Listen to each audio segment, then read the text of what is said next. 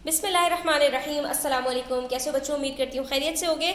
New syllabus Oxford primary mathematics workbook 6A है और आज हम चैप्टर नंबर 5 परसेंटेज का एक नया लेसन स्टार्ट कर रहे हैं।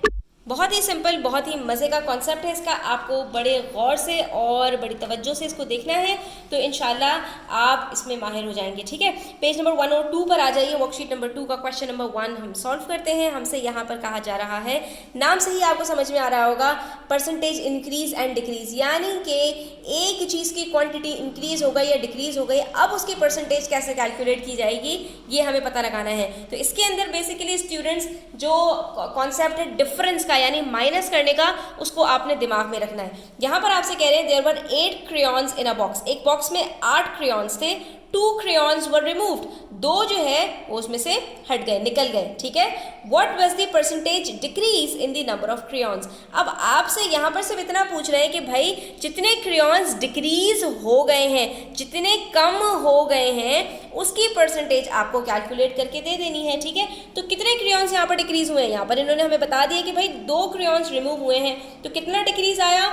2 क्रेयॉन्स का डिक्रीज आया। अब जो नया नंबर है वो कितना है? 6 क्रेयॉन्स का है। तो आपको यहाँ पर जो 2 क्वांटिटीज चाहिए होती हैं स्टूडेंट्स, तो वो आपको चाहिए होती हैं या तो जो इंक्रीज हुआ है उसका अमाउंट और या जो डिक्रीज हुआ है उसका अमाउंट। ठीक है, तो यहाँ पर हमारे पास जो चीज़ डिक्रीज हुई है उसका अमाउंट गिवन है, और दूसरी चीज़ जो आपको चाहिए होती है वो आपको चाहिए होती है ओरिजिनल क्वांटिटी, जो एक्चुअल के अंदर सबसे पहली इनिशियल क्वांटिटी थी वो कितनी थी। अगर ये 2 चीज़ें आपको पता हैं, यानी इंक्रीज या डिक्रीज और ओरिजिनल क्वांटिटी, तो आप बड़ी आसानी के साथ परसेंटेज कैलकुलेट कर सकते हैं अगर कहीं पर इंक्रीज और डिक्रीज हुआ है।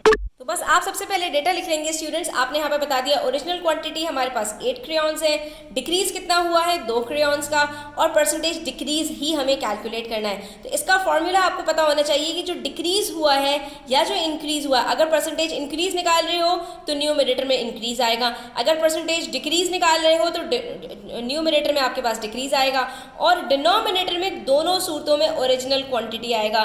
बस सिंपली आपको ये डिवाइड करना है और 100% से मल्टीप्लाई कर दोगे तो आपके पास आंसर आ जाएगा। तो डिक्रीज हमारे पास कितना है स्टूडेंट्स?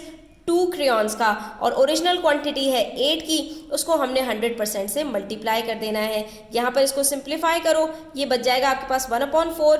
4 के टेबल में 100 कब आता है? 4 1 जार 4, 4 25 जार 100, तो आपके पास आंसर आ जाएगा 25% का डिक्रीज आया है। कितना सिंपल क्वेश्चन था स्टूडेंट्स। यहाँ पर सिर्फ फॉर्मूले के ऊपर ग्रिप होनी चाहिए तो आप आसानी के साथ कैलकुलेट कर सकते हैं। उसके बाद हमसे कह रहे हैं mister टैंस monthly salary increased from $4,000 to $4,500। यहाँ पर इन्होंने हमें ये नहीं बताया कितना इंक्रीज हुआ है, यहाँ पर इन्होंने हमें इनिशियल और फाइनल सैलरी के अमाउंट्स बता दिए हैं कि पहले सैलरी इतनी थी और अब सैलरी इतनी हो गई है। ठीक है, यहाँ पर इन्होंने ये नहीं बताया कि monthly salary is increased by, ठीक है, बाय नहीं कहा, इन्होंने कहा फ्रॉम। फ्रॉम का मतलब क्या है? यहाँ से स्टार्ट हुई थी और अब इतनी हो गई। ठीक है, find the percentage increase in his salary. तो पहले हमें यहाँ पर ये निकालना पड़ेगा कि इंक्रीज हुआ कितना है। ठीक है, हम क्या करेंगे, जो फाइनल सैलरी है उसमें से इनिशियल को माइनस कर देंगे, इंक्रीज पता चल जाएगा। देख सकते हो ना, इंक्रीज आ रहा है यहाँ पर 4,000 से $4,500 हो रहे हैं। तो जो इंक्रीज आपको जैसे ही पता चलेगा तो जो ओरिजिनल क्वांटिटी है, ओरिजिनल कौन सी? जो इनिशियल क्वांटिटी है, उसमें से आप इसको डिवाइड करेंगे और 100% से मल्टीप्लाई करेंगे तो आपके पास यहाँ पर आंसर आ जाएगा। तो यहाँ पर जैसे ही हम इंक्रीमेंट को ओरिजिनल सैलरी से डिवाइड करेंगे स्टूडेंट्स, तो आपके पास आंसर आ जाएगा 12.5% इनकी सैलरी इंक्रीज हो गई, यानी कि इनकी सैलरी $4,000 जो थी उसके अंदर 12.5% का इंक्रीमेंट लगा, तो अब इनकी सैलरी $4,500 हो गई, यानी कि इनकी सैलरी 10% से ज़्यादा बढ़ गई। ठीक है स्टूडेंट्स, इसका ये मतलब होता है, और ये एक अच्छा इंक्रीमेंट होता है कि अगर किसी को 10% या 20% का इंक्रीमेंट लगता है। अक्सर आप लोग सुनते भी होंगे कि आपके घर में बात हो रही होती है कि भाई कितने % इंक्रीमेंट के ऊपर आपकी सैलरी लगी है, तो वो आपको बताते हैं 10% या 15% या 20%। तो इसने पे इसका मतलब ये होता है कि ओरिजिनल सैलरी के अंदर इतने % इंक्रीज हो गए, तो अब जो नई सैलरी होगी वो इतने इंक्रीज के साथ आएगी। Next we have question number 3, the price of a T shirt was reduced. अब ये वर्ड्स आपको ज़रा पता होने चाहिए, रिमूव्ड, रिड्यूस्ड, ठीक है, डिक्रीज्ड, ये सब एक माना एक ही है। The price of a T shirt was reduced to $19, ठीक है। तो इस क्वेश्चन में स्टूडेंट्स ये कह रहे हैं वॉज रिड्यूस्ड टू $19 कि अब उसकी प्राइस $19 हो गई है, पहले उसकी प्राइस $25 थी। तो कितना डिक्रीज आया स्टूडेंट्स इसके अंदर, 25 माइनस 19 दैट इज $6। $6 का डिक्रीज आया।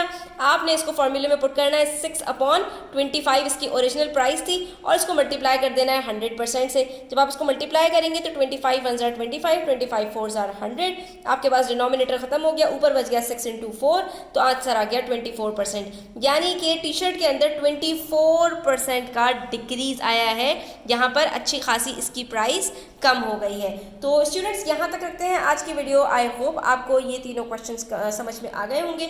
स्टिल कोई क्वेरीज हो कमेंट सेक्शन में आप पूछ सकते हैं। Thanks for watching the video till the end. Please hit the like button, do share it with your friends and subscribe to my channel. Take care, अल्लाह हाफिज़।